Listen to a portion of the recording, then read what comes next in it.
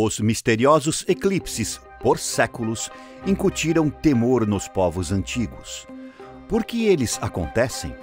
Como eles conseguem ser previstos?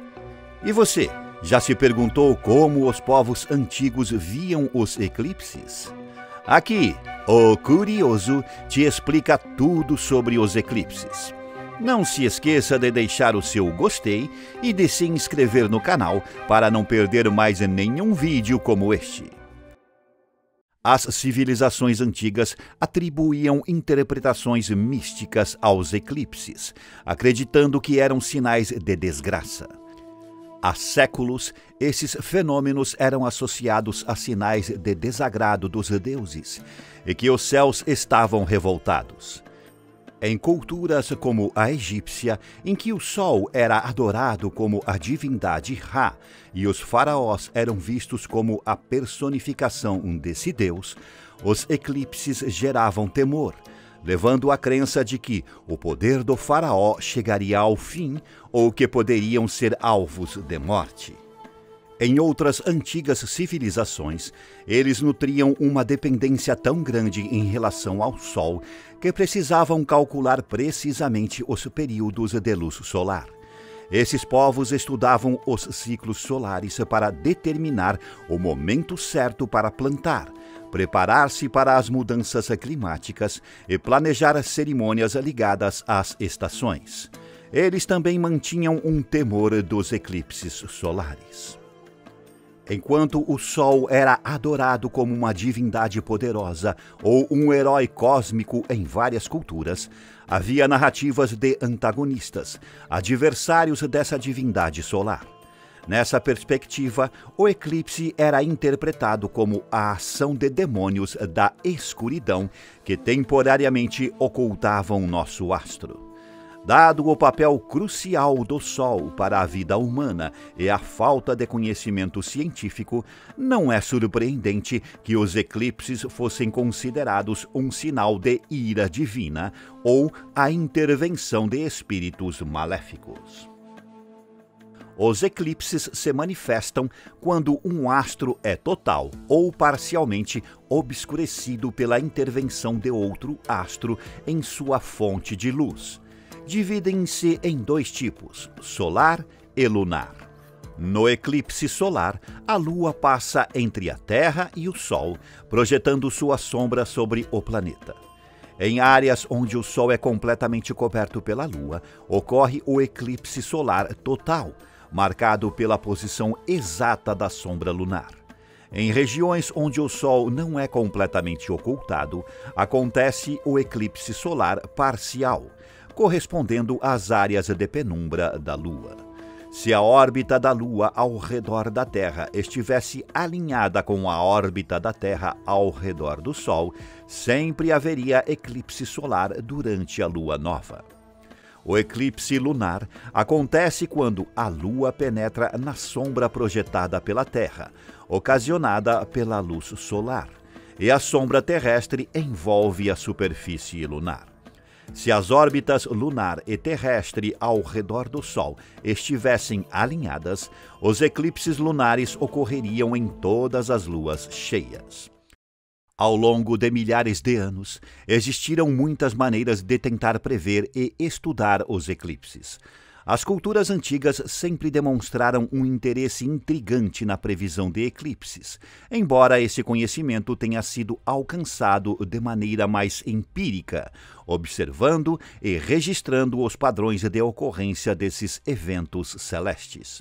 Por exemplo, astrônomos já conseguiam prever eclipses desde aproximadamente 2.300 anos antes de Cristo.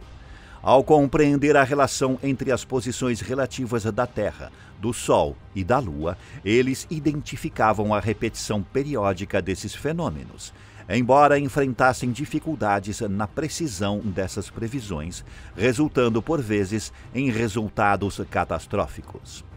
Na antiga astronomia chinesa, a previsão de eclipses era uma tarefa central dos astrônomos reais, ligada ao dever de explicar os movimentos solares, lunares e planetários ao imperador. os chineses realizavam cerimônias, como o som dos tambores e gongos, para espantar a ideia do dragão devorando o sol. Consideravam os eclipses como distúrbios na ordem natural, indicativos de problemas em curso, motivando os astrônomos a dedicarem esforços para a previsão desses eventos. O campo de batalha entre lidos e medos viu seu dia se transformar em noite durante o eclipse solar total de 28 de maio de 585 a.C., encerrando uma guerra de 5 anos. Esse fenômeno, previsto por Tales de Mileto, intrigou os gregos e marcou o primeiro eclipse solar registrado como previsão na história. Heródoto, o historiador grego, descreveu a interrupção da batalha às margens do rio Alis, enquanto os envolvidos buscavam compreender o significado desse presságio.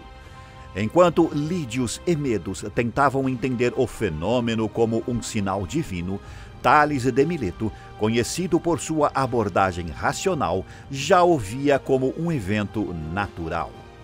Tales, um pensador multifacetado, não apenas um filósofo, mas também astrônomo, matemático, engenheiro e comerciante, desafiou explicações místicas, oferecendo interpretações lógicas para fenômenos naturais como enchentes e eclipses.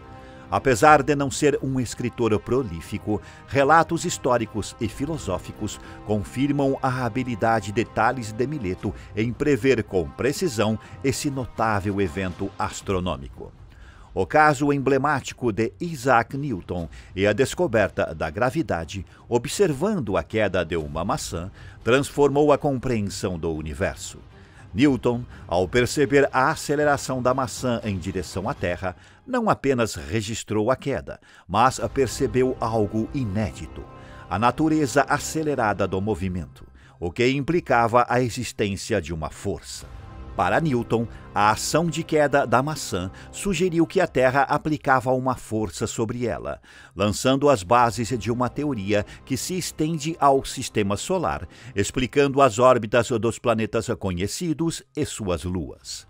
Edmond Halley, influenciado pelas ideias de Newton, utilizou a teoria da gravitação universal para resolver questões astronômicas complicadas.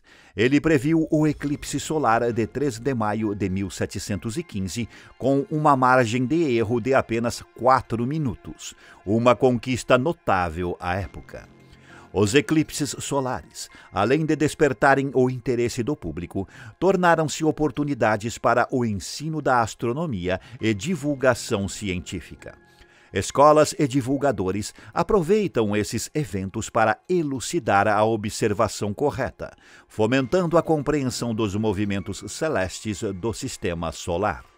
Além disso, os eclipses têm sido fundamentais para descobertas científicas. Durante um eclipse solar em 1868, Joseph Lockyer e Pierre Janssen descobriram o hélio, o primeiro elemento químico encontrado fora da Terra. Os eclipses também contribuíram para a descoberta da cromosfera e da coroa solar. Arthur Eddington usou um eclipse em 1919 para comprovar a teoria da relatividade geral de Einstein, demonstrando que campos gravitacionais fortes são capazes de curvar a luz das estrelas. Atualmente, os eclipses solares são vitais para a compreensão e estudo da coroa solar, permitindo fotografias e análises da sua composição e dinâmica. Cientistas aproveitam esses eventos para pesquisar fenômenos climáticos no espaço, como erupções solares e ejeções de matéria coronal.